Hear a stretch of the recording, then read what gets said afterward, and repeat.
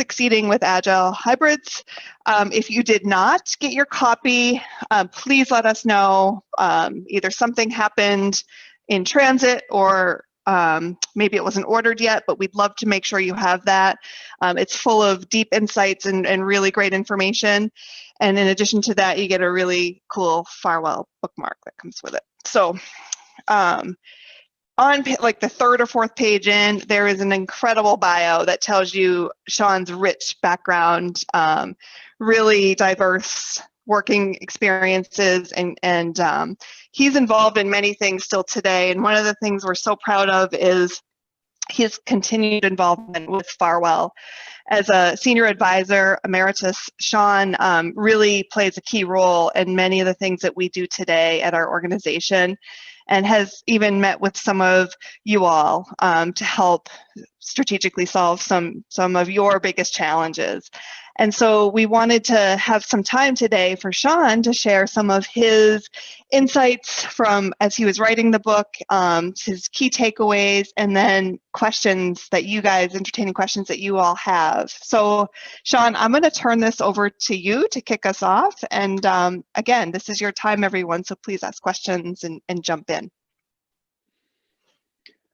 Well, first of all, Mel, thank you so much for that introduction, and thank you to FarWell for coordinating this event and for the opportunity to talk about the book, to bring this group together and to have it as a showpiece of their holiday gathering and end of year celebrations with all of you, the clients who make things go. So again, thank you so much. It's really fun to have the opportunity to think about work that you've done over the course of a career, and thinking about, first of all, why did I decide to write this? I'd been thinking about this for a while. Many of you are aware that I've been teaching project management. I've been teaching it for about 20 years. And I've taught, for the most part, for the Center for Professional and Executive Development. That's part of the Wisconsin School of Business. And in 2005, I was at Promega Corporation. And that was my first opportunity to work with project methodologies aside from phase-based. And even though we all know from practicing project management long enough that project management is iterative by its very nature, but there are different ways that we've been taught it, different ways that we practice it. And fortunately, in 2006, 2007 timeframe, because of some of the things that I was doing at that point, I had my first introduction to Agile as a way of delivering projects. And kind of fast forward a little bit, as I spent more time doing that, merging that with my teaching experience, I first had an opportunity to think about teaching Agile as another way of delivering projects while I was still at Promega Corporation. And then in late 2011, I began working with the Center for Professional and Executive Development to think about an Agile course there. So starting from that point, had been doing teaching both in phase-based or waterfall, traditional, whatever you want to call it, as well as Agile project delivery methods. And as the years went on, I had more and more opportunities to learn myself, pursued first Scrum Master certification and then Agile certified practitioner, ultimately certified Scrum professional, and then most recently had a chance to go and learn directly from Jeff Sutherland, who I often refer to as my aspirational old guy, to learn Scrum at scale, and kind of putting all of these different things together and constantly learning through interactions with clients, interactions with students who are, approaching this from all different perspectives, talking with different practitioners, different organizations. And one of the things that got me interested in writing about this was I would like something that kind of reflects my thinking when I'm teaching this and when I'm working with and talking with other people, both from a practitioner and from an academic perspective. And the first kind of the working title of the book was Practical Agile, because I think it's important and many of you may be seeing this, this isn't about being super true to a particular flavor of a project management methodology. And maybe you've seen, in the last couple of years, the fragmentation, especially when we talk about the Agile side of things, even to the point where some of the organizations were suing one another over who really invented Scrum at scale and that sort of thing. And it's not about being pure to a particular flavor of an Agile practice. It's about being practical. And so when I first started thinking about this manuscript, which was actually about a year ago, I wrote it, for the most part, wrote and assembled it over the holiday break, 2019 through 2020. And I began working with the publisher, and they were kind of working through the manuscript and said, we have a number of titles that kind of talk about practical Agile, but you've got an interesting perspective there when you think about the hybrid component. And we got to talking more about that. And it kind of brought out something that I think is really important and one of the central themes of the book, which is, if we look at our organizations and we look at our cultures, we look at our appetite for risk, the kind of projects that we're involved with, we look at the founding of a particular company, how long it's been around, there's so many different elements, and we fall somewhere on a continuum. And we end up, some organizations by their very nature are very risk averse. And when I teach, I like to use the example, I would not ever want to go to a 1,500 foot test depth dive in a nuclear submarine built using Scrum.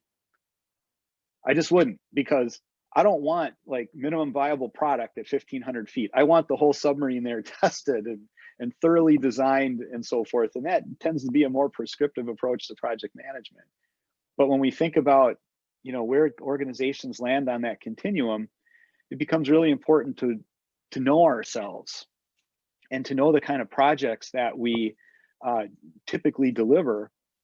And so that mix of practical application of technique and recognition of where a particular project is within our organization, where we are as an organization, really points to hybrid practices. And so as we think about trying to shut out maybe some of the noise about, if you don't do, Scrum exactly by the Scrum guide, you're not going to get the full value out of it. Maybe that's a fair argument, but lots of organizations don't necessarily need to practice that way. And the culture shift necessary to get to that point might not be as value creating as finding an optimal balance between phase-based project approaches and Agile practices. So it kind of comes back to, let's assess, where are we on that continuum? Can we find our place, and can we pull the best from different approaches to get to the methodology that we really need for a particular project and a particular point in time for our organization? And that kind of brings me to the second of the learning objectives. The real objective of any approach to project management, I have to give credit to this to a former boss of mine, Jeff Christopher, who was the CIO at Promega during my time there. And one afternoon, Jeff gathered the project managers. I don't remember if we went out for lunch or we were some kind of a social event, but Jeff, and I remember this very well, it stuck with me, obviously. Jeff said, one of the neat things about this particular cohort of project managers that we had in place there, and some of the different practices, is outside of the project management team and maybe the IT department, nobody had any idea what methodology we were using. And they didn't care, because it wasn't about, hey, we're using waterfall for this one and Scrum for that, or whatever. It was, it just works. It's invisible to the client. And so when you think about, why would you want to embrace and really understand hybrid approaches to project management, embracing pieces of Agile, pieces of waterfall, and thinking through what makes the most sense, is one of the goals of advanced project management is it's invisible to many of the stakeholders. They just know that their project is in good hands and they understand how it's moving forward. So we see that, I think, as one of the real objectives of any approach to project management, is that merging of those elements. It should be invisible to your end customer. Another interesting thing that we're seeing happen is that the Project Management Institute is preparing to unveil the project management body of knowledge version 7. And I know some of you probably are waiting with bated breath. You've been reading all the news articles and probably reading all the advanced copies on it, attending every possible session to get preview to that. But I'll kind of do a spoiler alert here. One of the key things is they're moving away from some of the very prescriptive approaches that you've seen in previous editions of the PMBOK, and instead they're moving to a more principles-based approach to project management. And those of you that have been doing this for a while, you might remember, think back to like 2010, 2012, there was a point in time where the Agile crowd would say things like, how many PMPs does it take to screw in a light bulb? And the PMBOK crowd would say, oh, Agile practices, they're not rigorous or disciplined enough for, quote unquote, real project management. And it was kind of a silly place to be. And there were some pretty bright people that said, hey, hold on a second. We've been doing Agile practices for decades and decades. We just call them different things. Rolling wave is one that comes to mind. I remember learning about rolling wave in 2002, 2003, where the analogy person who was talking with me, what is within the range of your headlights? Let's plan, let's make a whole plan. We need to set a plan for the entire project, but we're going to be certain only about what's within the range of our headlights. And as we get to that point in time, we're going to roll it forward and we're going to plan the next component and the next component. And when people step back, they went, that looks an awful lot like Agile, where we put together a version 1 of a release plan, but we're also going to be realistic. We only are going to plan the first couple of sprints because we embrace change.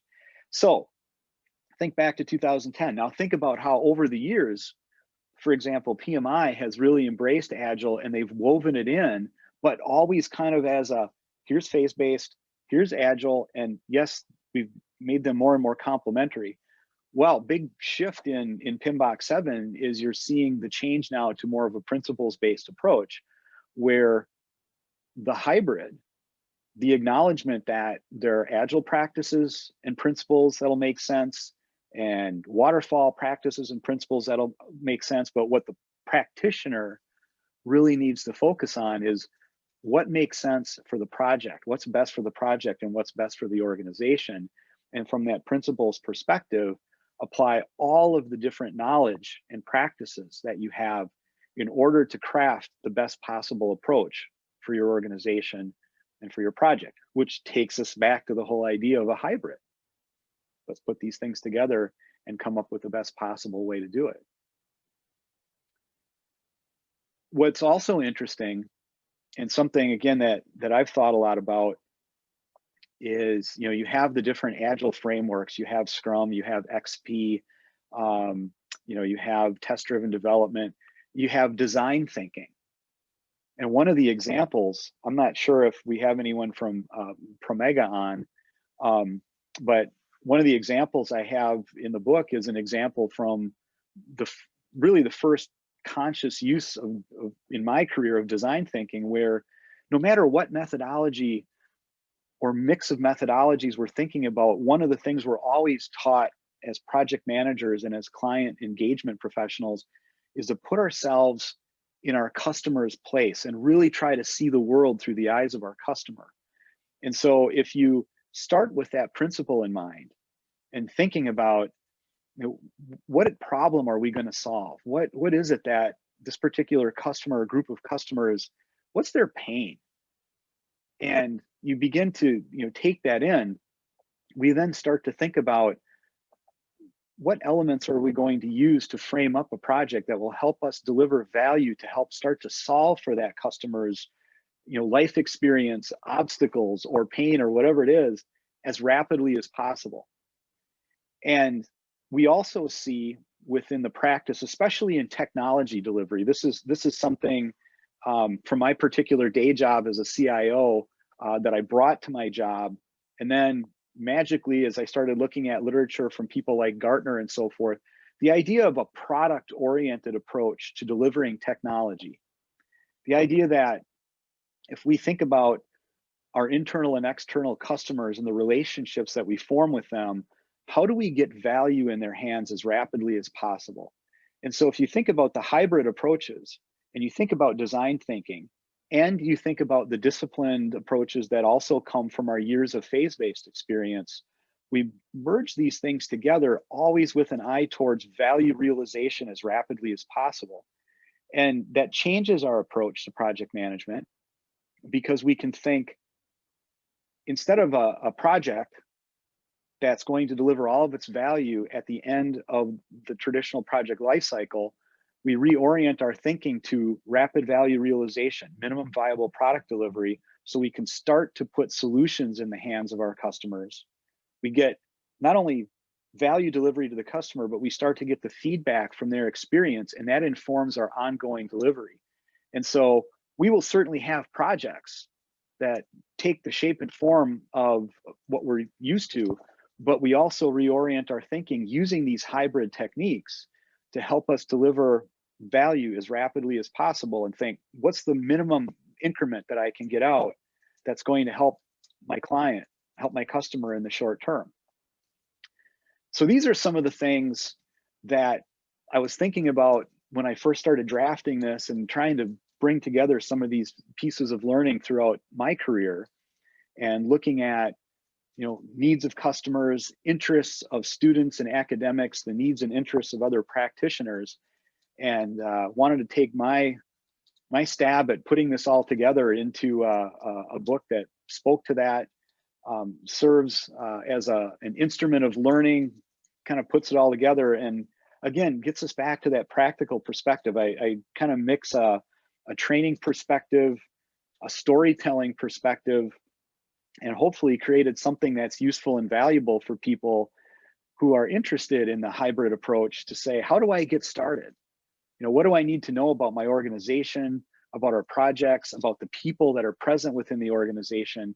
And can I build a foundation to start to pivot our approach to more of a hybrid and product-oriented approach to project delivery? So these are some of the things that were important to me, some of the things that got me thinking about putting this together, and I think are pretty relevant and important things to be thinking about at this particular time in the evolution of project management, and then to kind of combine it with a very, very unusual year where we're all approaching our work from literally different seats and different perspectives, kind of added to the hopefully the impact that putting a piece of work like this out there might have. This might be a good point to bring up one of the first polls and see if we can gather a little bit of data from our participants to begin to feed our discussion.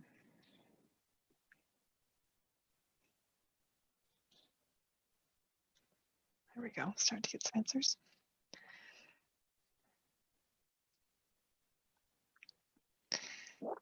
Give it another few seconds here. All right. Looks like we can share, yeah. All right. Well, that's really interesting. We have 87% of our respondents who are using some kind of a hybrid, and none who say, not using Agile, none who say we're totally Agile, and then we have a small group of people who are in the not sure camp.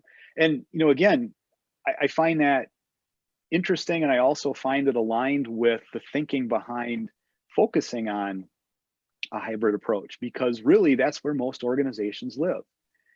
And again, it's heavily based on the type of projects that you deliver, and what your customers expect, and what you need to do in terms of satisfaction. So not surprising to see that most organizations are somewhere on that hybrid continuum. Shawn, we have a couple comments and questions come in, so I'll read the first one, and thanks, Thomas, for sending it. It says, Shawn, I really enjoyed the book. I think it took courage to write a book that promotes a more practical view and approach to Agile, as many Agile evangelists seem to take a very strong stance on a more pure form of Agile. Curious what reaction has been on your book from that crowd. That's a great question, and I don't know. You know, in the world of publication, this is all very new to me, and you know, I'm kind of out there using different media channels to you know, socialize, and I do see a lot of those posts because I'm connected to a lot of the crowd, especially the Scrum Inc. crowd and the Scrum at Scale crowd, and they're very purist, you know, and with some good reason. Number one, it's the brand, right? And number two, that's, you know, what they believe that with a lot of passion. And that, you know, is partly kind of my point in stepping back is let's take the passion out of it. It's not a religion, it's an approach to delivering value. So it'll be interesting, you know, to see if when I connect up with some of these people kind of in different channels and so forth, what the reaction will be, but I haven't gotten any yet. And then Michael Kirby shared that his organization has some teams that embrace Agile, some waterfalls, and some hybrids. So the mix. Yeah. I don't know if you want to share any more on that, Michael. Feel free to unmute. Nothing more to really add. We're going through a transformation, and we have some teams that are kind of spearheading it and doing great with it. Other teams that are kind of stuck in some waterfall practices. I don't know necessarily if it's for the better of the organization versus reluctance to change. I think it's still TBD, which kind of relates to, I think, the previous point made on some of the strong advocates of flavors of Agile and kind of a hybrid thinking going against that flavor. I wonder if there's some that will think that the hybrid version of any flavor of Agile is just a mechanism to accommodate those that are resistant to change versus maximizing the benefits of Agile. So I'm curious on your thoughts on that, Shawn. Yeah, and that's a really good point, because that is one of the things that you sometimes hear. And there's an element of truth to that. You know, it all really depends upon what you're trying to achieve. And, you know, the message in the book and in, you know, talking with students recently, I just finishing up a fall semester at three different universities. And one of the cohorts in one of the particular classes, a number of them talk about, you know, they're in engineering fields. I mean, they're putting pumps in oil fields. They're building, you know, new HVAC at university buildings. They're rolling out COVID applications in different environments. And some talk about the resistance to change and the resistance to adopting Agile practices because of the long history of their particular profession. And in evaluating some of their work, coaching them, you know, make sure your eyes open to what you're really doing here, because you're using some Agile practices and terminology, but as I interpret your release plan, what I'm seeing here is fast waterfall, which that's not a criticism. It's something to just be eyes wide open to. And then, you know, to the point that, you know, Mike was making, yeah, there are definitely some scenarios where if your intent as an organization is to adopt, let's go with Scrum, because it doesn't matter why, you've determined that this is something we want to do because we believe passionately that it will help improve our value delivery and it's appropriate for our organization, our risk appetite, the type of projects that we deliver, our clients and what they expect. Absolutely, you have to be eyes wide open to, well, if we use hybrid approaches, are we just simply backing away from the tough work, the change leadership of making a pivot to Scrum? And again, this is where, as practitioners, we have to be really, really candid and really knowledgeable of what our organizational situation is. You know, we've probably seen this a lot. And it's not just with agile practices. If I go back far enough in my career, I think about total quality management. And I think about how that was the flavor of the year at a particular organization I was at. And honestly, senior leadership really didn't understand what was behind it. And yet there were signs all over the company. And if you wanted to get a project approved, all you had to do was call it a TQM project. And it was magically on the list until there were like 211 TQM projects at any given time. And it just kind of faded away. And there are some organizations that are like that. And we've seen this for over a decade with agile practices. Now, if you are assessing where you are in that continuum and the belief is it's going to be hard, but we believe we will get maximum value from adopting a Scrum approach, not a hybrid, but Scrum. And I'm just using Scrum as an example. That's a tough hill to climb, but your eyes wide open to it. Where I believe, and that's why I took the position I did, is that, you know, that's kind of one end of the needle. And then the other end of the needle, of course, is very, very phase-based. We're somewhere, most organizations are somewhere in that squishy middle. And it's important for us, again, as leaders, as practitioners, as consultants, to get really knowledgeable about where we are and why that is, and to tailor the appropriate approach. As long as your eyes wide open to what you're doing and why you're doing it, I think it works.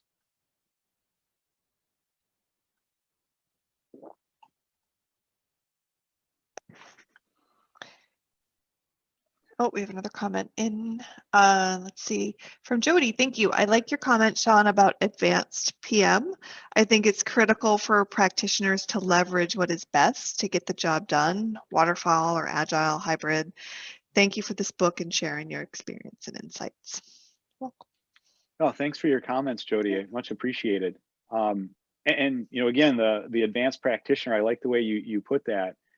If you think about your professional toolkit, you know, I'm not a big fisherman, but I know that there are some folks on this call who are very big fishermen. And you think about your toolkit, your tackle box of, at any given point over the years, you accumulate a lot of different ways to make sure that you can be successful. And I see that with advanced project managers. And, you know, again, it gets back to steering away from that purist perspective. If you step back and think about your experience, and if you have training and experience in a variety of ways to deliver projects, you have that ability to assess a situation and make recommendations.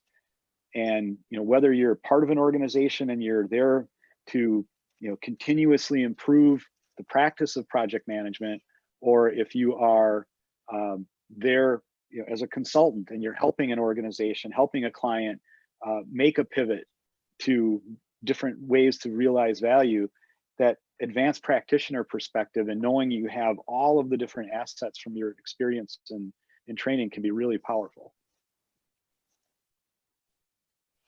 So we are having challenges with linking your slide, and I know it's blurry, so I wonder if Milena could make it larger so everyone could see it, and maybe we could talk to some of your key takeaways or entertain some questions.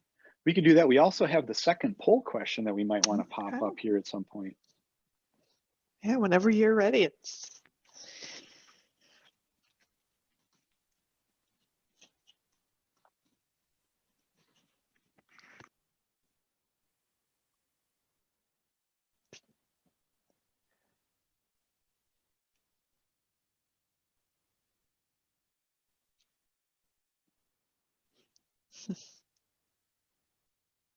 all right, you can close the poll.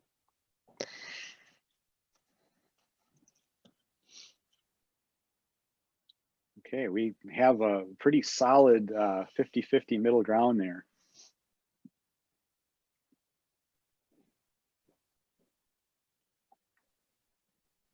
Again, reinforcement. We tend to see the blending of the different practices together. One of the most common themes that I've seen in the last, again, I kind of think about the last decade or so, is the combination of a waterfall initiating phase followed by a more agile delivery phase.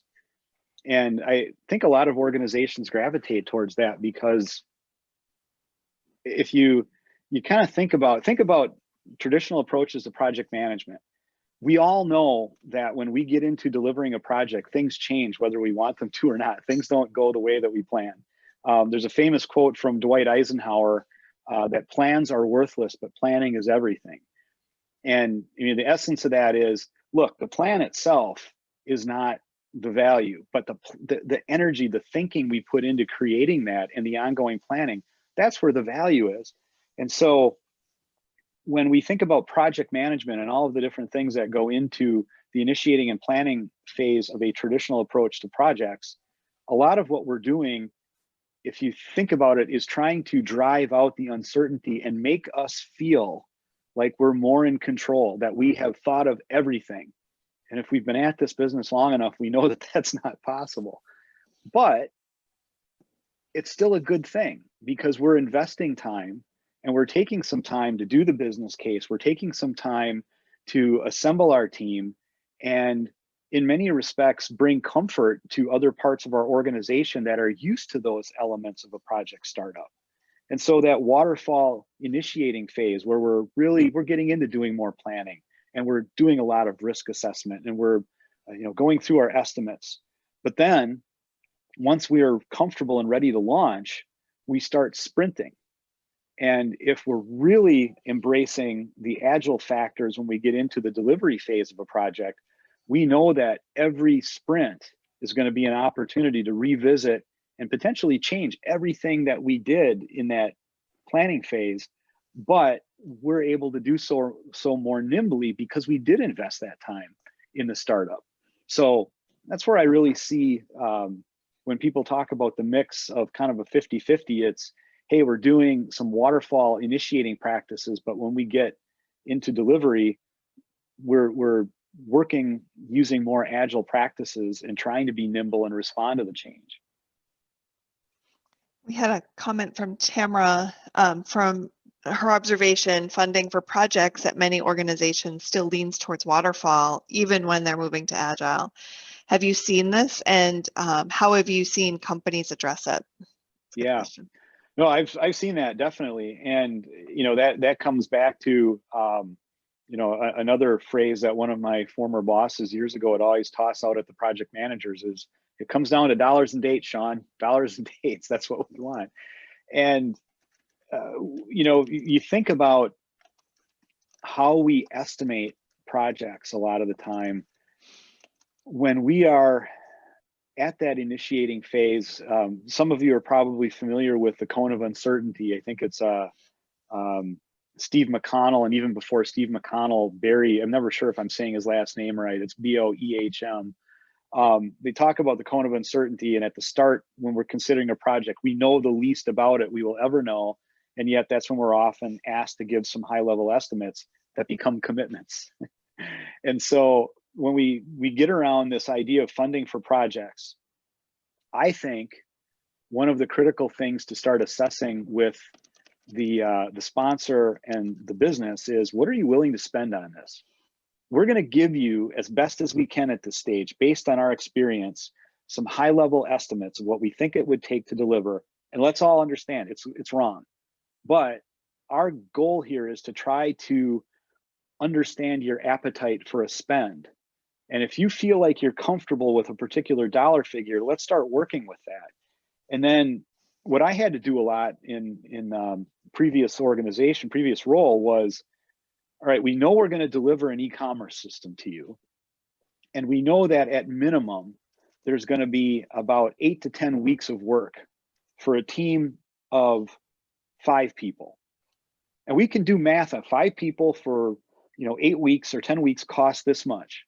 Now, if we start assessing some of the additional things that you're going to want within the scope of this project, we're just going to start doing some math and say, well, we think that's another sprint and another sprint and another sprint.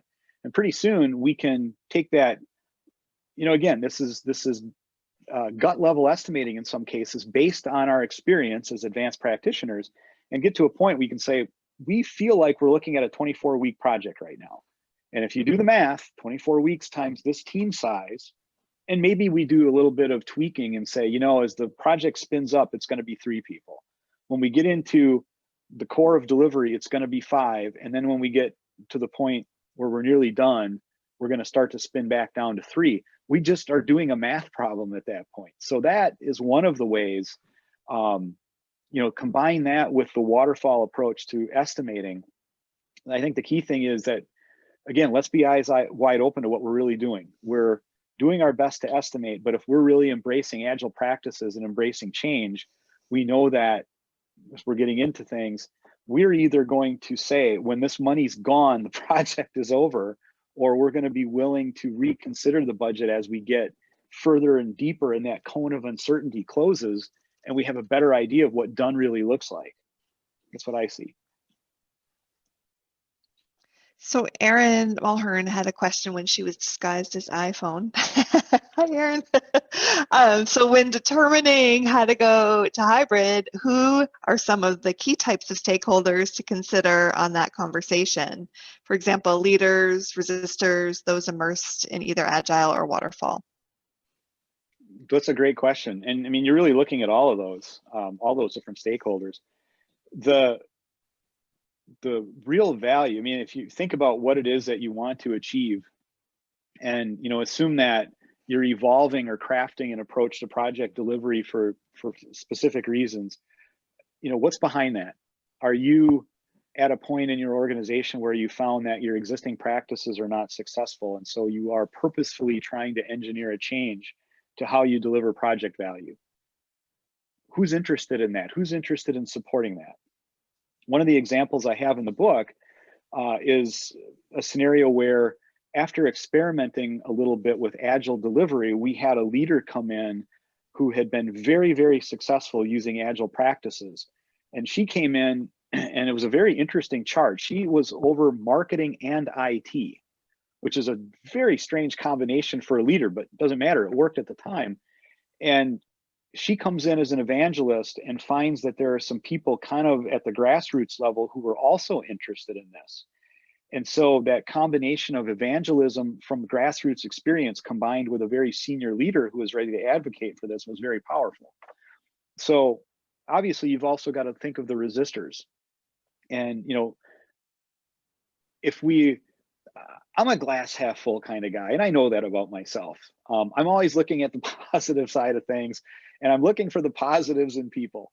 And so I assume positive intent until proven otherwise, and then I tend to work with those individuals. So let's look at the resistors. If we assume that we all want the same thing, let's get better at delivering value to our organization as efficiently as possible. And we're looking at potentially tweaking our approach to this by going in with some hybrid approaches. Why wouldn't you want to take a look at that and have that conversation? Help me understand, you know, what is your reluctance? And that takes so many different forms. Sometimes it's people that are just entrenched in an organization, and, you know, maybe a change in the approach means that they're going to lose headcount. And there are people who still kind of measure their value as a leader with how many people report to them. It's kind of outmoded thinking in 2020, but it's still out there.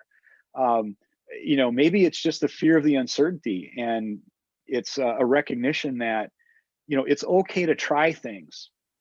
I'm not, again, another phrase I've never been comfortable with is fail fast.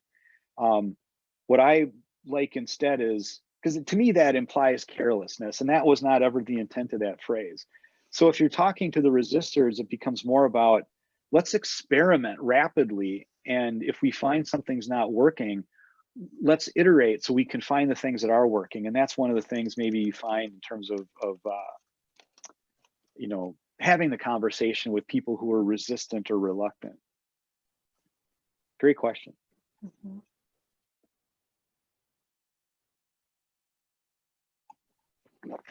How do we feel about sharing the slide? Having some open dialogue? Yeah. Take another crack at it. Sure, I'm for that. Coming up. Thanks, Mono. Yeah, we've talked about a few of those things. You know, why it's more relevant than ever, and I alluded particularly to the change in the upcoming project management body of knowledge. And I realize that's not the be all end all for everyone practicing project management. But as we think about the professional practice of project delivery and knowing that for many, many people, what PMI does and evolves forms the basis for ongoing professional project education, for the key certification, the PMP. It's valuable to keep in mind that PMI is shifting towards this hybrid mentality. So that's pretty important. And then, the conceptual framework, starting from a place of how do we assess our organization? How do we assess the kind of projects that we deliver? How do we assess our culture, and how do we assess our leadership, gives us as practitioners insight to, great, now if we want to build a hybrid framework, what do we need to know about ourselves? And then how do we start identifying those components? And we can then get right down to, I've had training in Scrum, I've had training in design thinking, I've had training in phase-based delivery, maybe I've had training in one or more of the scaling approaches to Agile. How do I bring those pieces together to create my own framework that aligns with my organization and the types of projects that we deliver? And then how do I take that forward and experiment with it?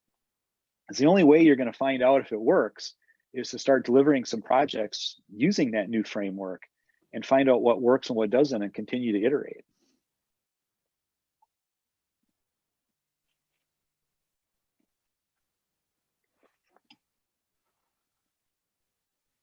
What questions do you have that you want to ask of Shawn? Feel free to unmute or raise your hand or chat.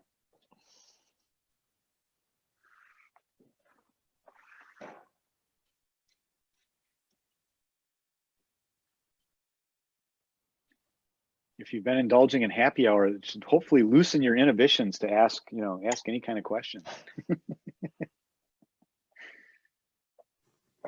Hey, Shawn, this is Thomas. I got a question for you. So I work for a large insurance company, very similar to the one you describe in your book.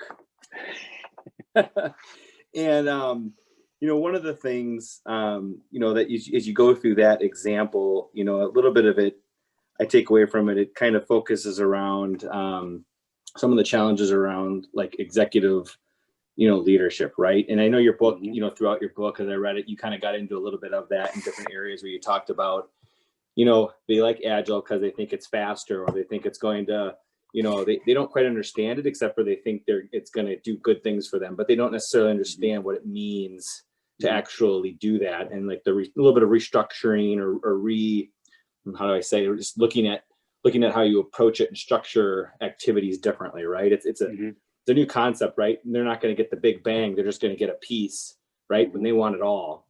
In your experience, I would say any of these things in your book specifically that you would call out that you would recommend in terms of working with sort of the top leadership in terms of to get them on board, to help them understand a little bit more. Maybe it's things that people are doing on the teams with the structuring and how they're approaching it and the results they're showing. Are there specific results they were showing, or are there different approaches in education and communication that you would recommend, more directly to them? Yeah, Thomas, that's a great question. Very great, very good question. And you definitely hit on some of the examples, and we're probably both smiling inwardly as we kind of think back. Overcoming some of those assumptions and making sure that you speak directly to senior leadership who, they literally, hey, let's make this an Agile project because it's going to get done faster. And there's a lot of different shapes that takes. If you're in a position in your organization, frankly, to speak truth to power, and you politely but firmly and professionally correct that assumption, say, hey, it's not so much about getting the whole project done faster. It's maybe we're identifying what are the most critical elements of this overall deliverable that we think we can get done as quickly as possible and deliver that value.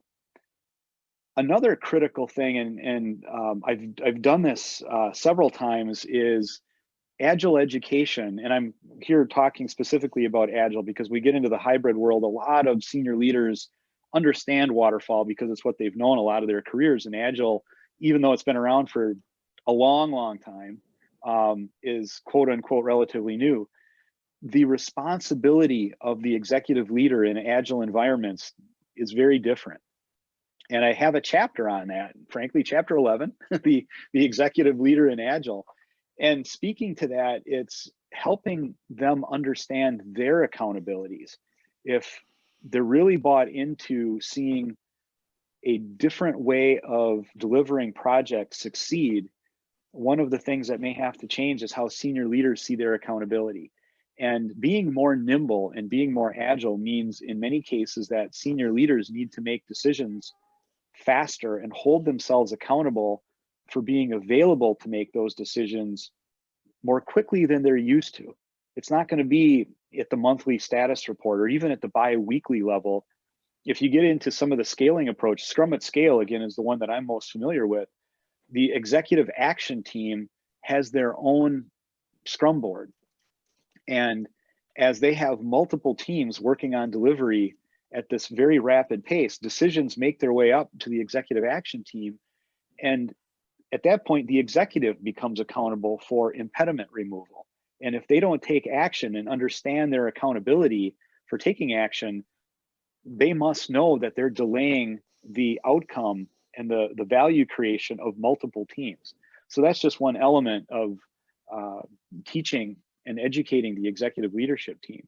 And then the other piece is that the environment and changing the perspective of am I a senior leader because I'm in charge and all of these different people work for me, or am I a senior leader because it's my job to create the best possible environment in which people can do their best work and deliver value to the organization, and it's my job to remove as many impediments as possible. And part of removing impediments includes finding the best possible balance of project management approaches to help my particular organization create value as rapidly as possible. So again, great question, Thomas. And I speak to that in the book. I have half-day content that is aimed specifically at the executive leader in Agile environments to help speak to that. No, I like that. I like that response, and I read that chapter, and that is a really good kind of a key takeaway as I'm hearing you talk about it. It's really sort of engaging the leadership in a role in the process, right, and having them have some accountability in it, so they're a part of it, not just an observer or on the outside of it. The other thing I'll say is that I really feel like you understated the value of the Moscow rules prioritization method. You mentioned it in there briefly, but I'll tell you what, that is a really simple way to get people aligned on where the focus should be, especially probably in these hybrid models. So, yeah, it is. People tend to buy into it pretty quickly, and it doesn't take long to get people up to speed. And as I've seen in a variety of settings, the criteria for what is a must and really getting people bought into that's key. And then once people do understand it, you can start to go through a big backlog relatively quickly and get to a point where we've really narrowed our focus. I mean, I had that conversation in the last couple of weeks at Madison College. I had a member of the desktop engineering team come and say, Shawn, we've got this massive backlog of technical debt. And I said, well, Justin, I'm glad we're talking about this. What I would like you to do is groom that backlog, because, and again, this is senior leadership being accountable. If you can help me understand the priorities of this massive backlog, I promise I will hold myself accountable to giving you the space in which to do the work to accomplish the most important parts of that backlog, because we both agree that's going to help make our organization a more efficient delivery engine for the entire, in this case, college. Right. Well, you brought that to our organization, and I thought that it was just extremely valuable to us. So I appreciate that, and thank you. Well, thank you for the example and the opportunity. It was fun. So another great question from Erin. I can't wait to hear your answer. So she says, I have to ask this every time. What do you feel is the best practical first step if you want to start the conversation on a hybrid approach? The best practical first step. Well, I think it would be to figure out who you need to talk to start that conversation. You know, and let me explain myself.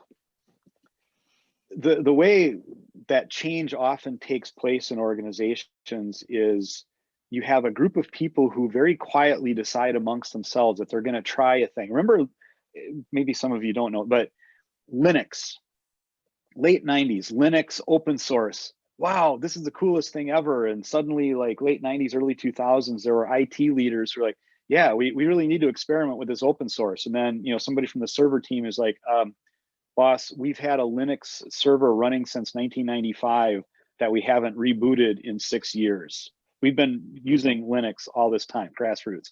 So what does that have to do with hybrid? It's the same kind of thing. Maybe you talk to a group of your cohort, maybe they're project managers, maybe they're mid-level managers, senior leaders, say, look, we want to try something different. And we need to think about how we approach this. And that's one of the reasons I put the framework in the book, because I believe you need to start with your organization and start to really, the conversation centers around, where are we? And you start thinking, okay, let's examine our culture. You know, and I threw some examples in there. I mean, you have 100-year-old companies, you have 3-year-old startups that are obviously going to have different appetites for risk and different cultures baked in place. And then what are we delivering? And again, that's part of the equation, part of the conversation. If we are delivering highly innovative products that have relatively short shelf lives before they are outmoded or we're leapfrogged by our competition, that's a different scenario than, you know, when we design and build a framework, it's pretty much going to be an industry standard for 20 years. That's a different demand for innovation. But those are the conversations that you have.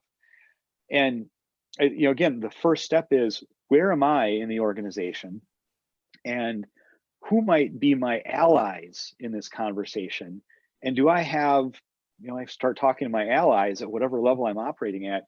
Do we know of some people that are operating at the delivery level and maybe at the next level of leadership who might be on board with this? And let's agree to try it. Let's agree to do the work to assess where we are as an organization. And then let's agree to try this. Did that address the question, Erin, or is there a specific scenario? No, I think that was great. I think sometimes with transformations, it seems so big. That's why I always have to ask, where would I start, like, tomorrow? What would I do starting tomorrow? So I always like to ask that in any conversation regarding these transformations, to see from your perspective, because it does feel big and you just don't know where to start first. Yeah. And I want to add on to that, because you sparked a memory for me. I went to project management school for the first time in 1994. And I came out of that very first project management class. And again, this was waterfall, planning, scheduling, and control, core course. And I realized two things. Wow, there are names for things that I've been figuring out how to do on my own. And that's awesome. But I'm now the only person in this 1,000-person company who knows this.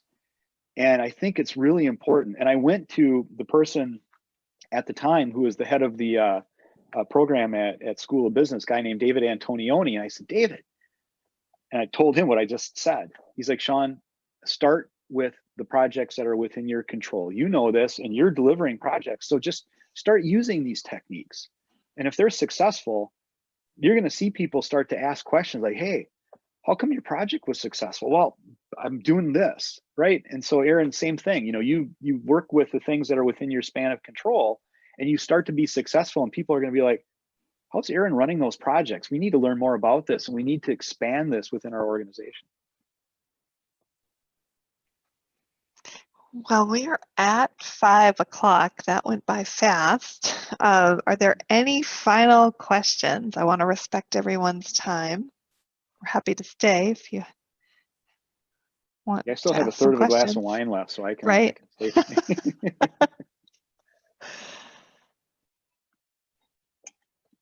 I think Mel finished her bottle, so she's literally ready to wrap up. Oh, I have more, Thomas. Don't you worry. Awesome. Well, another chat coming. Thank you, everyone, for joining us. Thank you for 2020. We could not have had such a year without each and every one of you. It was, we all had our personal and professional challenges, and we're looking forward to a new start in 2021, and we appreciate you all so much and the partnership and friendships that have formed. So I hope you enjoyed today's session. Shawn, thank you. We love having you share your insights very much. Any final thoughts, anyone, before we bid adieu? Thanks everybody for coming. Really great to see